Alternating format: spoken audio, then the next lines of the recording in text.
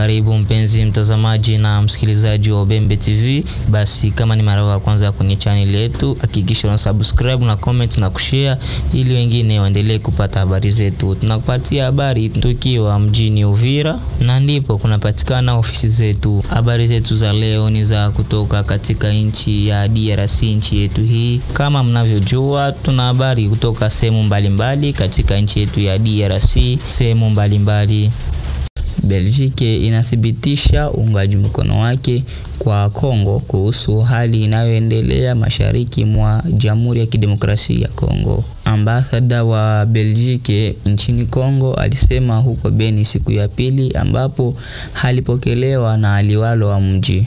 Rais wa Jamhuri ya Kidemokrasia ya Kongo aliongoza kikao cha kazi katika jiji la Umoja wa Afrika na kitengo cha dharura ya Afrika mjini Kinshasa na majimbo mengine ya Kongo ili kutathmini na kuchukua hatua za haraka. Kwa mujibu ya ofisi ya rais wa Jamhuri ya Kidemokrasia ya Kongo, baada ya siku chache kitengo hiki cha dharura kitatangaza rasmi hatua zilizochukuliwa, zikiwemo ndominu zote katika maeneo yasiyoweza kujengwa.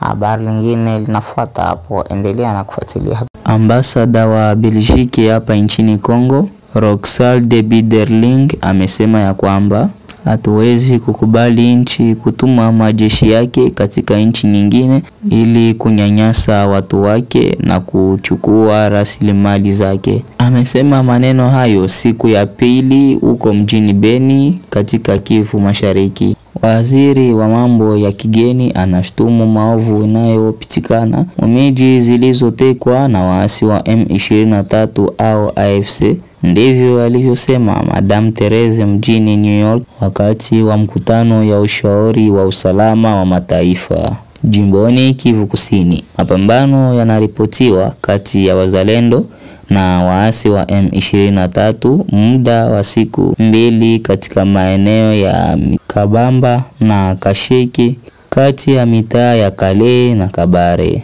na watu waliuawa pande zote mbili. Waziri Therese alishutumu manyanyaso ya waasi wa M23 ya kuteka vijana na kuwapeleka fasi zisizojulikana pamoja na kuingiza watoto kwa kinguvu katika kijeshi. Watumishi 215 wanafanya madai kuwa hawapokei kutokana na mabenki inavyofungwa tangu udhibiti wa M23 ndani ya mji wa Bukavu, na wote ni wa shule ya msingi na hawapokei tangu miezi wa pili. Maisha yao inakuwa ya unyonge na wanaomba mashirika ya tembe iwasaidie kutafuta suluhisho ya mambo hayo ili kila kitu kiwe sawa kabisa. Jimboni la Ituri huko Bunia, watu 31 waliwaziwa kuwa wizi na wote walikamatwa.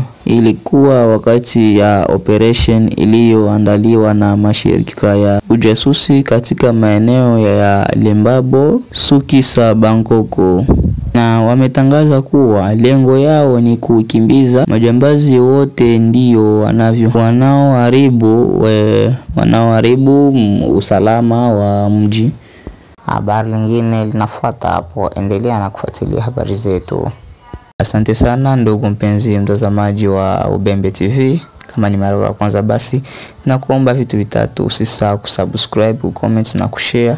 Kama ni mara ya kwanza, basi endelea kushare na watu wengine waendelee kufuatilia Ubembe TV ambayo inaendelea kutupatia habari mpya na kamili. Bila kusahau, tumekwambia tunapatikana Uvira, na ukitaka tu contact kwa namba hiyo hapo kwenye video.